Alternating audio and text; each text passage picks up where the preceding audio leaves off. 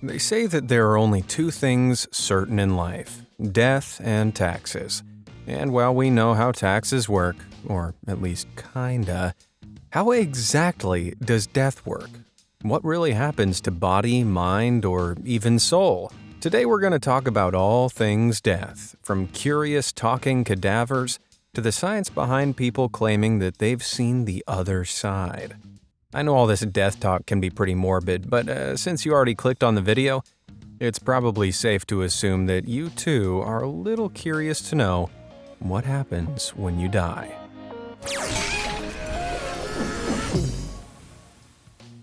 Before we begin contemplating the afterlife and all that jazz, let's begin with the stuff we can scientifically measure. The physical stuff that happens to the body once one has popped their clogs, so to speak.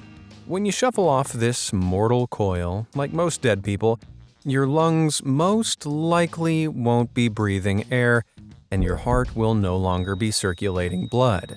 Without the fresh supplies of oxygenated blood, the brain will shut down and the body will enter a state known as primary flaccidity, where all muscles relax.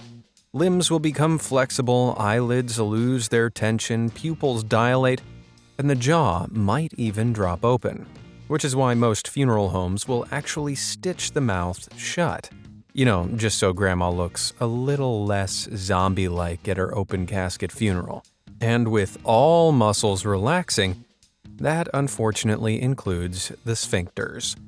These little guys are, shall we say, the gatekeepers for all your number ones and twos, meaning when you die, you might just poop yourself. Having said that, it might work out to be the right place, right time situation anyway. Turns out a surprising number of people actually die on the toilet, due to the fact that terminal events, such as heart attacks or a clot on the lung, can give the sensation of needing to poop. And equally, excessive straining can raise blood pressure and trigger a heart attack in some rare cases. So just know you've been warned. Next time you need to go potty, it might just be the last. You'll be pleased to know, however, that there are some benefits to all that post-life muscle relaxation I mentioned. Those wrinkles you contemplate every morning in the mirror? Gone! Yep, according to funeral director Jeff Jorgensen, the muscles that pull on your forehead relax at death, meaning that certain wrinkles in your face smooth themselves out. Free Botox, anyone? There's just one small catch. You probably won't be able to admire it yourself. Even stranger is the fact that dead folk can be pretty chatty once you get to know them. How? Well, just because your lungs aren't breathing air anymore doesn't mean there isn't any air left in them. If pressure is applied to a cadaver, for example if it's moved or attempted to be resuscitated, air can actually travel up the windpipe, rattle the vocal cords, singing out a tunefully chilling moan, groan, or squeak. But once you've quieted down during this first hour after kicking the bucket, a process called pallor mortis will also get to work.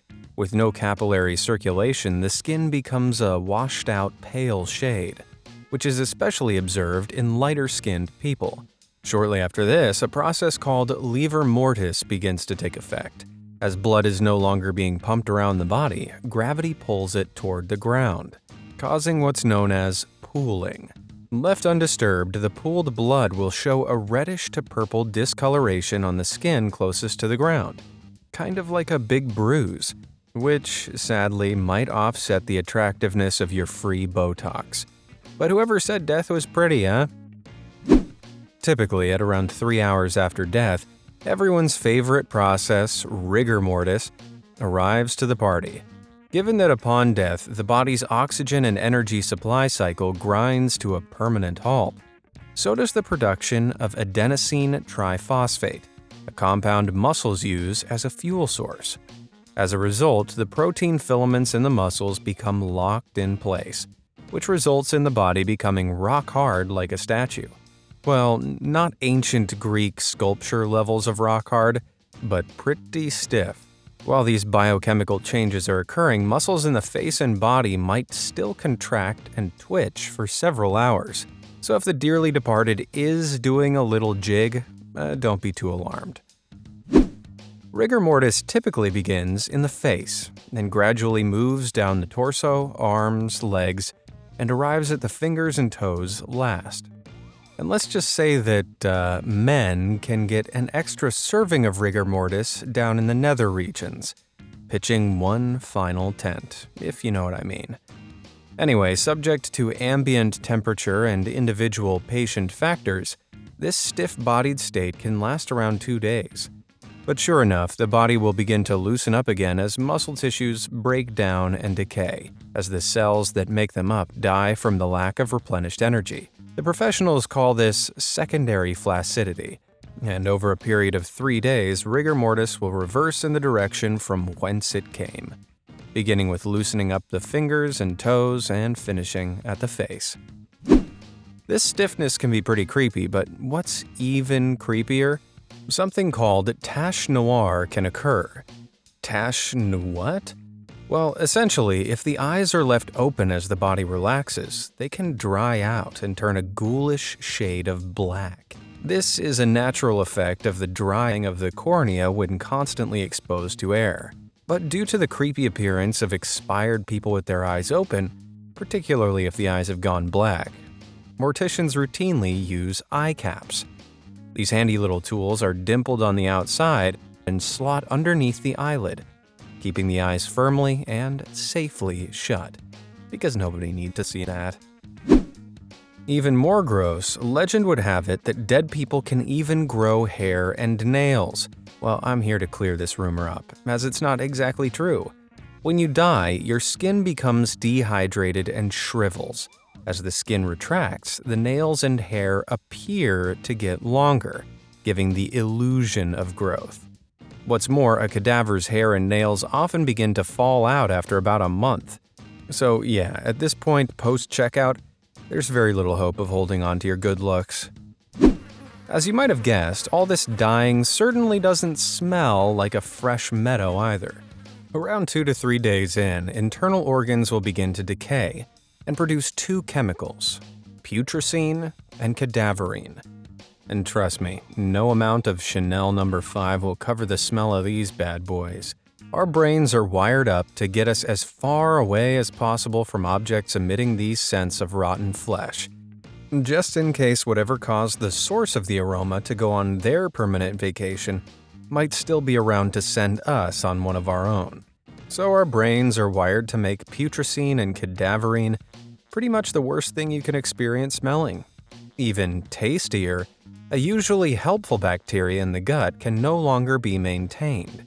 It reproduces and feeds on the body, giving off waste gas that causes the torso and limbs to bloat like a balloon. If this bloating gets out of hand and the organs liquefy, the gases can very occasionally build up to such pressures that, brace yourself for this, they erupt violently out of the nearest available exit. Sometimes this even leads to eyeballs popping from their sockets. Gross. But we all know this is the stuff you came to hear, right? If you're enjoying these fun yet despicable facts, then why not shuffle down to the comments section and let me know? Even better, my dying wish is that you like and subscribe. And you wouldn't want to let a man like me die unhappy now, would you? Now that you've done that, I can reveal I'm actually only dying in the sense that I'm not immortal. But with your worries put aside, let's get back to this nasty business. As the body continues to break down and release pungent chemicals, it sends out a signal to the flies of the world who will so kindly lay their eggs in and around the body's entrances.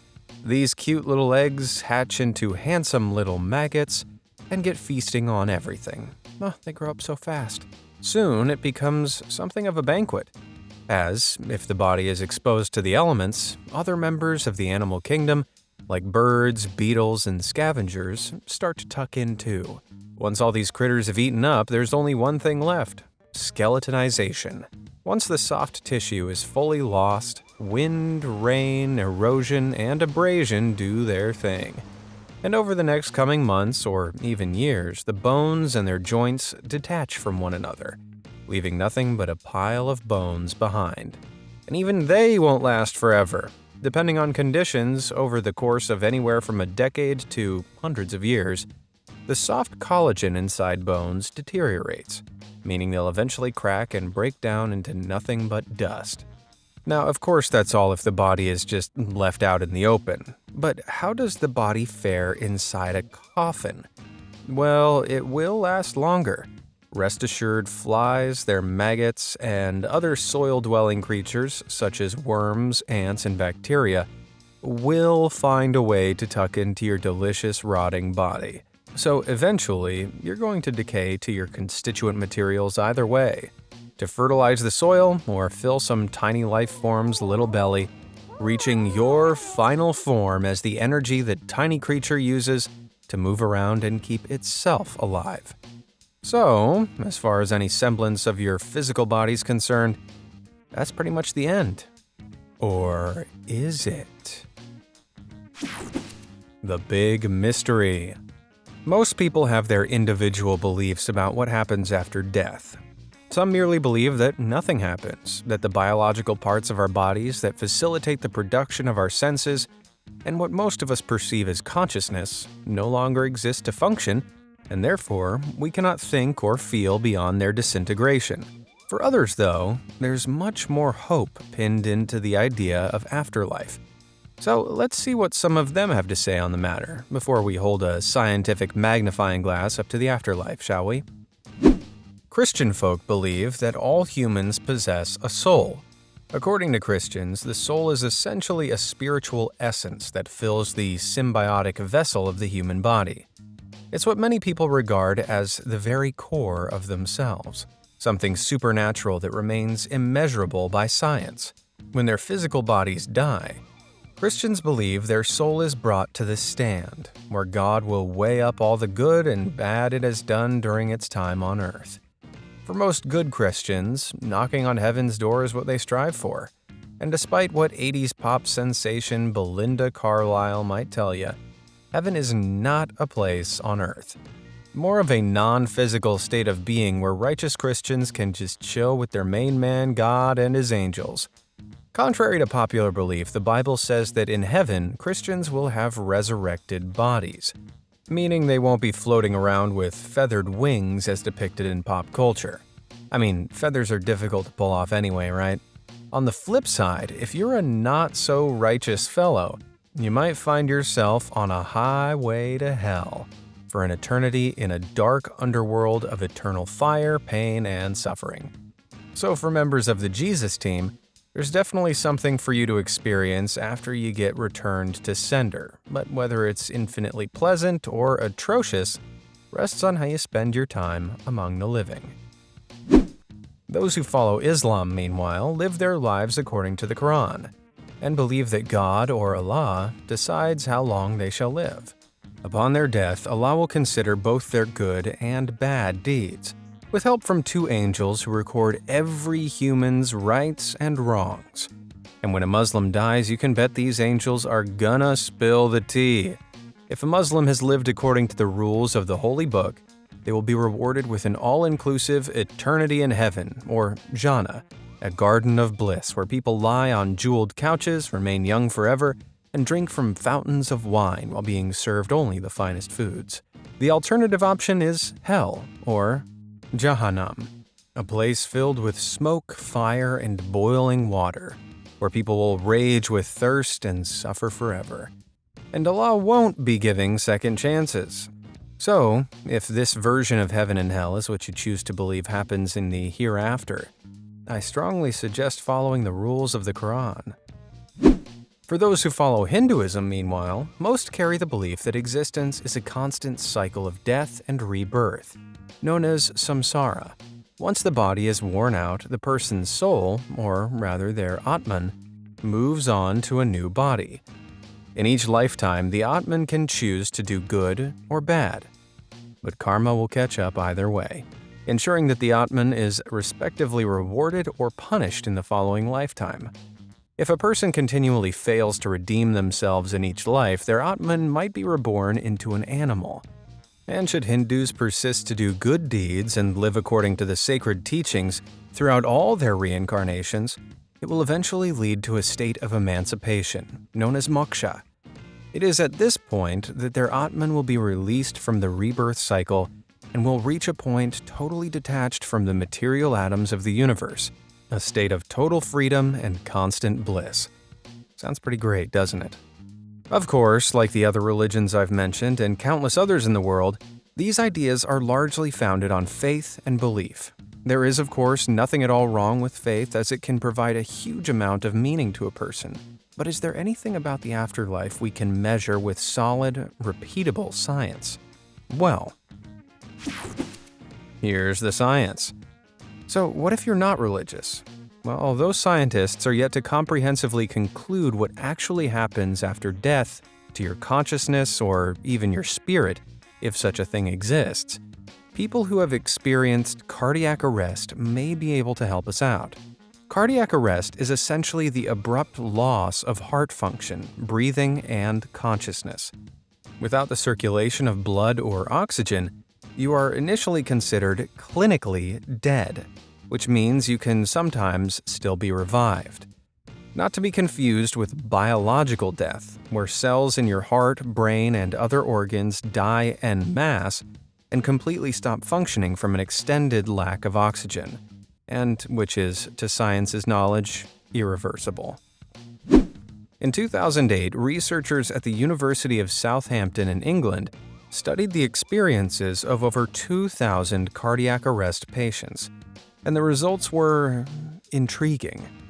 Of those who'd fortunately survived and could explain their near-death experiences, a shocking 39% reported a feeling of semi-awareness while being clinically dead.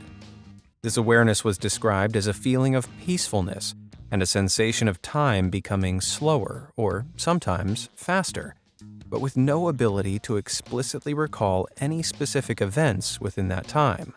A separate 9% of patients, meanwhile, all claimed to have experienced things that are typically associated with near-death experiences, either the entire timeline of their life flashing before their eyes or lights at the end of a tunnel.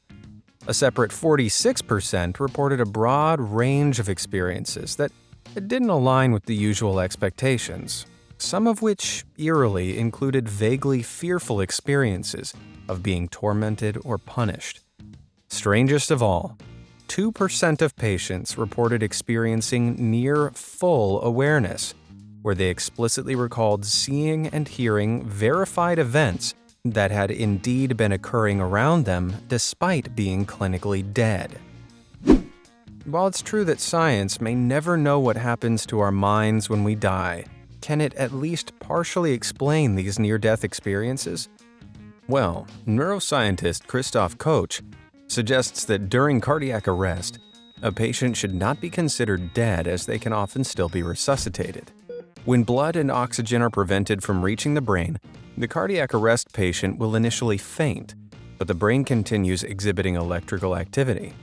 So in a similar vein to dreaming, Christoph theorizes that the brain will create its own narrative based on the individual's experiences and cultural expectations. And with pop culture often evoking an image of seeing a light at the end of the tunnel, it's possible some people who experience cardiac arrest are merely half dreaming the thing they expect to encounter on the brink of their demise. Alternatively, and here's where it gets really interesting, that light tunnel might actually have something to do with the physiology of our eyes. With the reduced blood flow to the retina during cardiac arrest, vision loss occurs at the periphery of the eye first. So this tunnel might actually be vision gradually decreasing from the edges inward. As the increasingly encroaching edges become increasingly darker, the central remaining visible light becomes brighter and brighter by contrast, forming a tunnel until nothingness. However, scientists assert that the brain typically shuts down 20 to 30 seconds after the heart has stopped. This suggests that some of the visions of near-death experiences reported by those who undergo cardiac arrest for longer periods may simply be tricks of the mind. Specifically, it's likely that patients recall a cognitive experience that actually happened just before their clinical death, and when they black out and eventually regain consciousness, they misremember this fainting dream as happening while they were clinically dead. Of course, as yet, there's no prevailing answers as to what's really going on in these peculiar spaces between life and death, nor what happens to the thinking parts of ourselves after we leave the world behind. But in today's tech-consumed world, there is one way in which we definitely continue to exist after we take the big dirt nap. With most people harboring multiple email subscriptions and social media accounts, our online presence is the one thing that may continue to linger post-mortem.